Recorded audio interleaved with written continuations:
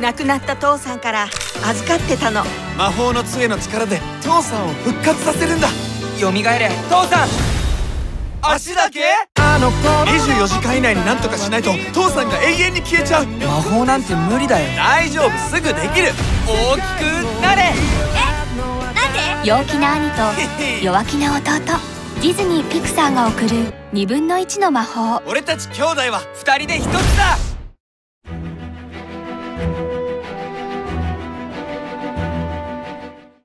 I love the idea of creating new worlds and crazy characters and exploring galaxies and stuff, so I'm into all of that stuff.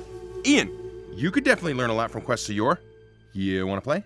I love fantasy. Growing up, I always really loved the look of fantasy characters, whether it be ogres, elves, or wizards, and that kind of thing. I was all about just drawing as a kid, so I loved to copy the drawings. I really enjoy Lord of the Rings and all of those kinds of things, The Princess Bride.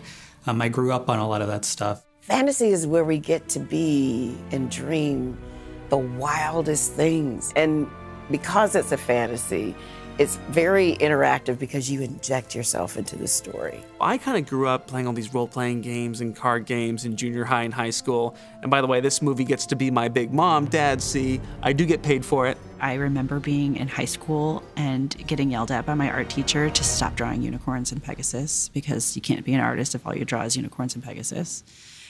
And the first shot of the movie has a Pegasus flying. It's like, please let me.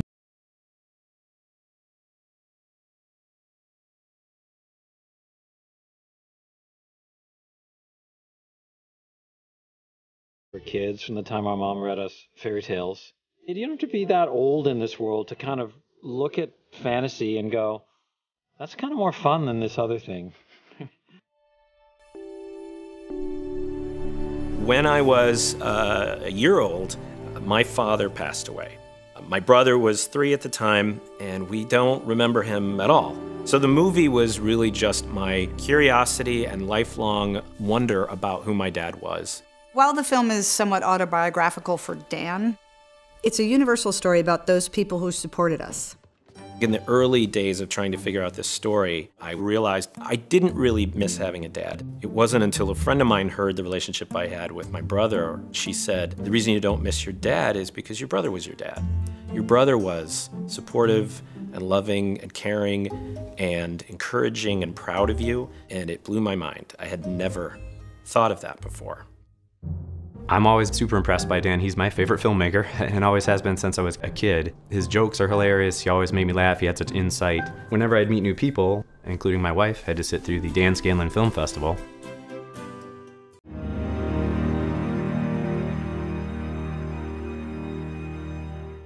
We're always skirting this balance of trying to find a character who has a flaw, but also we understand them and believe in them and recognize them as someone in our life. Creating Ian was challenging. It took me a while to find the actual character. The challenging bit with Ian in general was not only we had to find his character, but he was kind of defining what an elf is in this world. There was a desire to really push them and make them more unique than a human, and to make them not just a human with pointy ears. The problem is, an elf is just a human with pointy ears. So we were making all these creatures with muzzles that look like donkeys. When I'm starting to just draw shapes, I want a silhouette that captures an emotion that's bold. There's always different tastes. The director has kind of an aesthetic. The designers and artists have an aesthetic. What the back and forth is design and character, and how do those two merge to create what we need for the story. Matt's doing a million drawings and then just found one that really felt like Ian. It really captured the idea of an awkward teen and yet still had this sweet appeal to it and still felt real and specific. And was wondering if you wanted to come over and get down on some cake.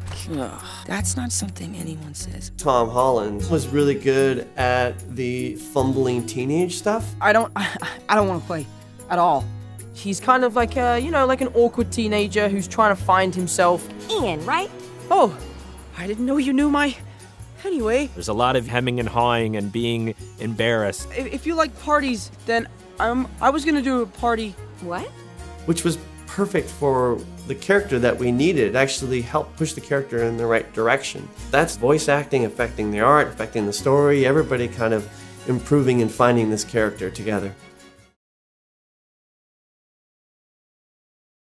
Hi guys, it's Debbie, and today I have a feel-good story for you. Apparently actor Chris Pratt, known for his fun and cheerful attitude, stole his Star-Lord costume from the set of Guardians of the Galaxy, so he can dress up and visit sick children staying at pediatric hospitals and who might want to meet the Marvel star. Remember to click here below to subscribe, or on the side for more great content.